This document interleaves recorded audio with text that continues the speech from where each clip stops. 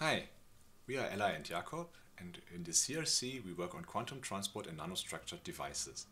In this little video we want to show you what a device actually is, how we can pattern it on the nanoscale and eventually characterize it. So, let's get started. What is a device?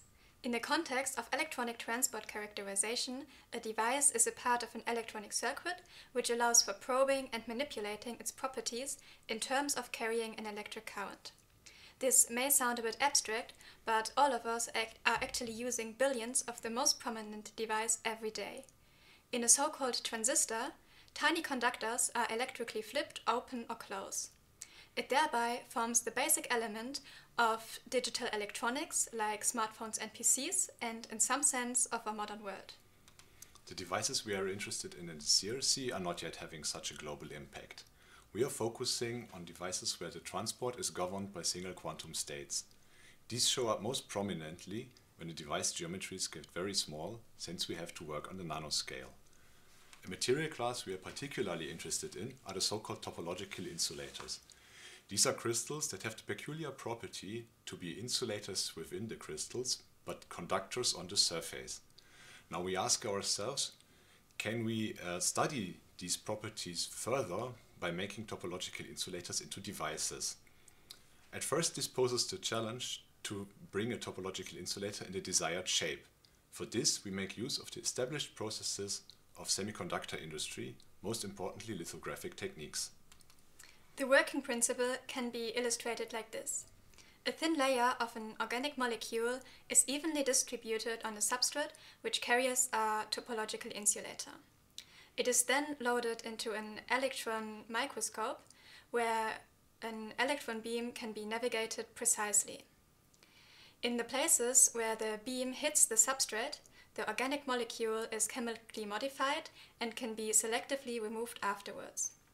It therefore enables us to work only on selected parts of the topological insulator and, for example, etch it away locally or interface it with other materials.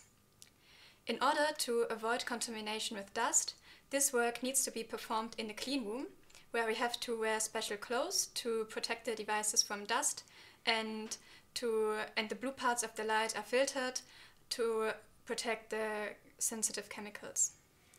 Now that you have an idea how we make our devices, we should also tell you how we characterize them. For this, you need to keep in mind that we want to observe the effects of individual quantum states. But if we now couple our sample to the environment very strongly or expose it to a high temperature, the system will fluctuate between different quantum states. This is not desirable, but we want to isolate our devices as strongly as possible from the environment and observe them under cold temperatures, because then, once we prepared our device, it will stay in the same quantum state. The best technical solution for this is often a so-called dilution refrigerator. It makes use of the mixing properties of different helium isotopes to achieve temperatures lower than minus 273 degrees Celsius. This is only a few milligrades above the absolute zero temperature. We place our device at the coldest place of such a machine and are now finally able to perform our experiments. We measure the change in electrical conductivity as response to controllable parameters like, for example, a voltage or magnetic field. If we did a good job in the device preparation, we are now able to observe signatures of single quantum states. So to sum up, we have tried to explain to you what a device is, how we can fabricate it in the cleanroom and eventually characterize it. We hope to explore exciting new physics within the material class of topological insulators in the CRC, and who knows, maybe they will at some point show up in your electronic gadgets.